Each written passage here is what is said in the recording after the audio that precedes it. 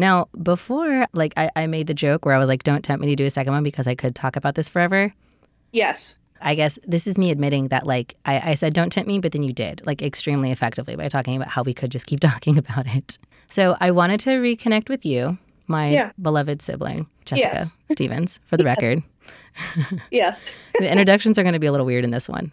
I wanted to ask you, why do you think that the Adventure Zone and the Balance Arc in particular managed to, or how do you think the show managed to reach so many people and affect them so deeply where other real play D&D podcasts haven't had that same effect?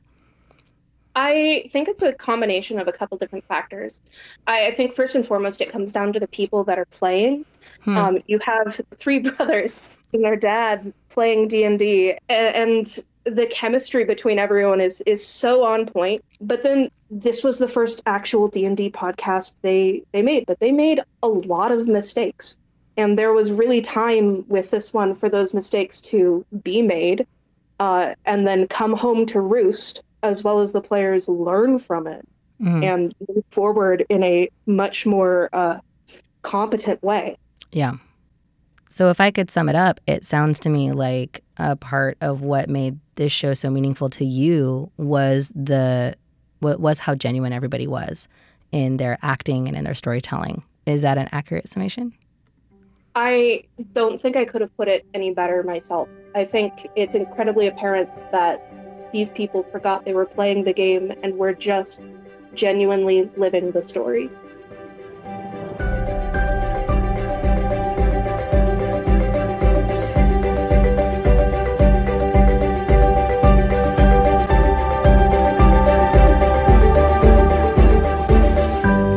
Hello, everyone, and welcome to Tales of Our Time.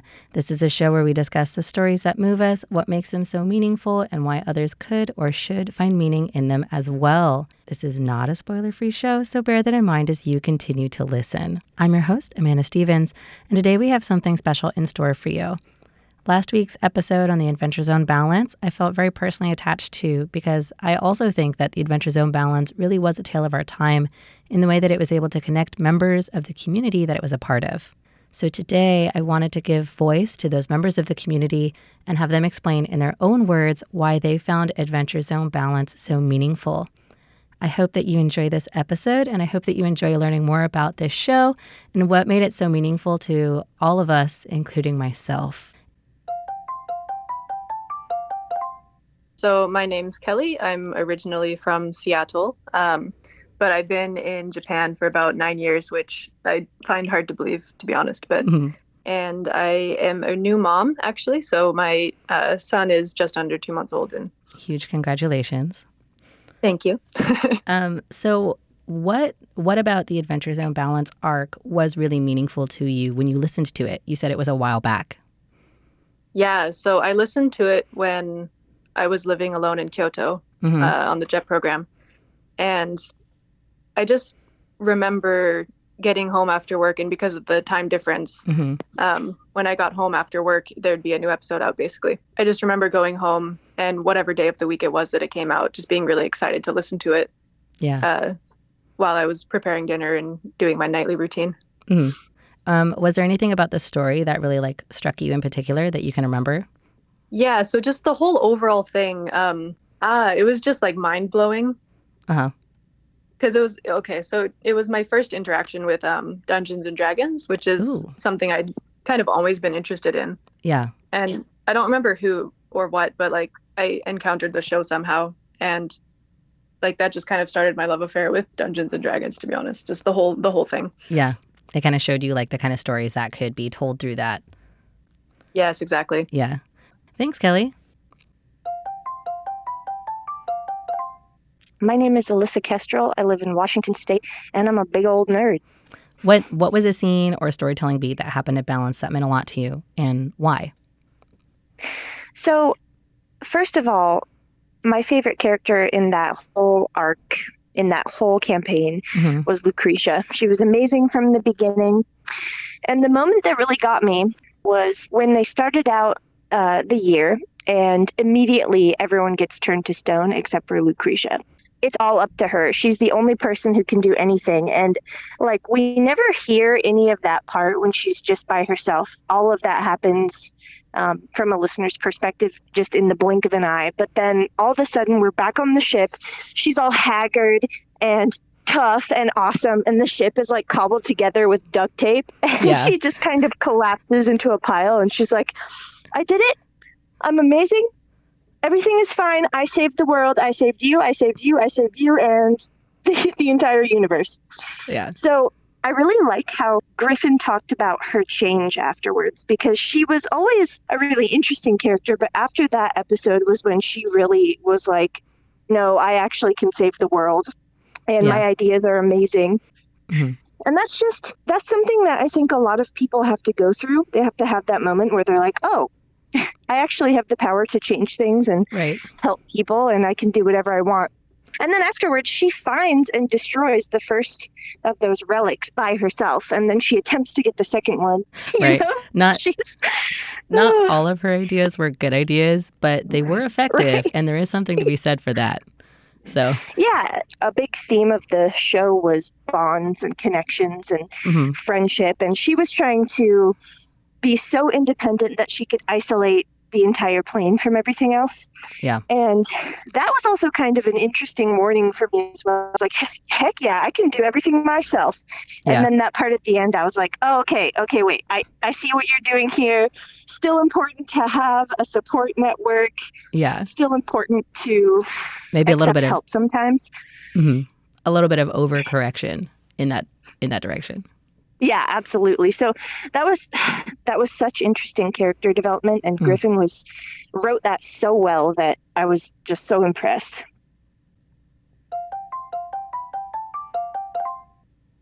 My name is Kyle Swayne. I am an English and Spanish teacher living in Taiwan. And yeah, I've known you for oh my God, I don't even know how many years I've known you. It's going on 9. I know. Oh God, it's such a long time. Is it really 9? It's almost. It's a lot. Go ahead. Okay. So I was going to ask, what was a scene or a storytelling beat that happened in the Adventure Zone balance that meant a lot to you? Not all endings are made equal. You saying that like makes me emotional. Do you think you could describe it for people? Yeah, sure. So you have the character Taco, of course, who started off as a joke. So Taco started out as like, he was very much like LGBT, and they found like really good representation for him. So that was cool that they did that, and then they added in his chalupa, Loop, his sibling. Sister. Yeah, because they're both named after Mexican foods. So yeah, so Loop Taco. Yeah, and then. Yeah, so it was always this weird, like, stupid joke.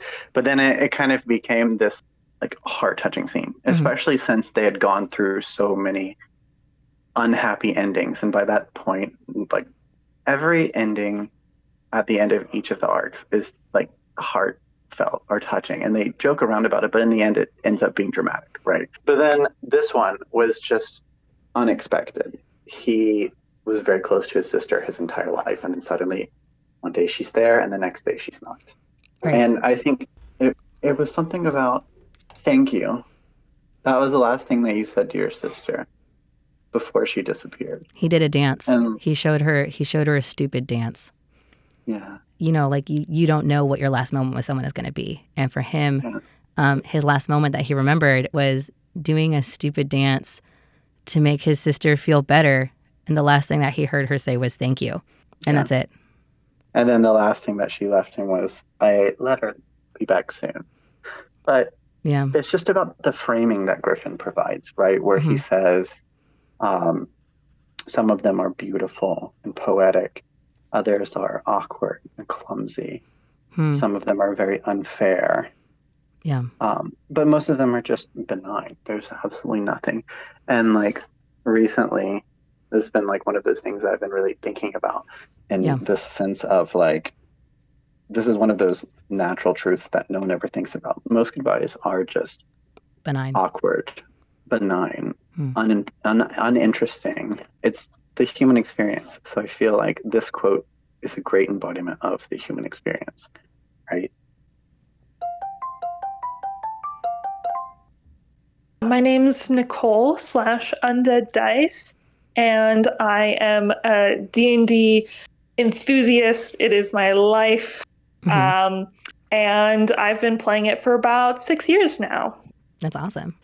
So could you go into some detail then? What was a scene or a storytelling beat that happened in Balance that meant a lot to you? And kind of just more about the show in general. Yeah, for sure.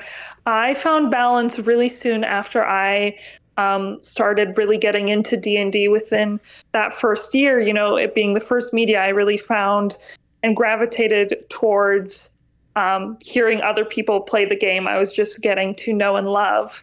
And my D&D exposure up until that point was very much learning how to play the game, very goofy, silly laughs, which Balance definitely had, but it also was the first exposure of this can be such a beautiful, rich storytelling, both with fun memories and people you really care about, but also something that can also make you feel a lot of different emotions. And I remember just the one that really stuck with me was that Taco's umbral staff that he picked up in the very first storyline turns out had been holding his sister, like possessed sister, sucked in there that she couldn't communicate with and stuff like that. And that twist, it's so gut-wrenching. Blew my mind. And I remember sitting there speechless and how it tied back to the fact that he didn't even know he had a sister, a twin sister nonetheless, and that their memories had been wiped. It was insane. And of course, I don't know how much Griffin had actually planned that to a T, but the reveal was so worth it. And I remember sitting there shell-shocked to be like, I can't even think of a different media that could have pulled that off so well, and I could only aspire to have that sort of storytelling in my own games. Yeah. It really was like a moment of like the weird ways and the magical ways in which this fantasy world and story worked really kind of played out beautifully. Right? It just breaks your heart. Thank you, Nicole. Hi, everybody. My name is Michael. I've been playing Dungeons & Dragons since 2nd edition in the early 90s and have been a DM during most of that time as well. Wow, that's really impressive. So I was having seen the upsurge of acceptance and passion that the game has received over the past, 7-ish, 8-10 years has been just sort of a dream come true, you know, for a nerdy kid from the South who didn't really have a lot of friends with similar interests in my area growing up. So it's really been amazing. And I attribute a good portion of that to TAZ, to the Adventure Zone. It was I think it was the first live play show or one of, and so it really paved the way for other shows, which brought in even more people, and it's been great to see. Yeah, I agree with you. I think it's definitely, if it wasn't one of the first shows, it's one of the first that I knew that reached so many people and had such like a wide influence on a lot of, other people who were curious or kind of wanted to start the game. In that same vein, what was something that happened during the Adventure Zone Balance arc that really made an impact on you, especially as someone who has run a lot of these games? Well,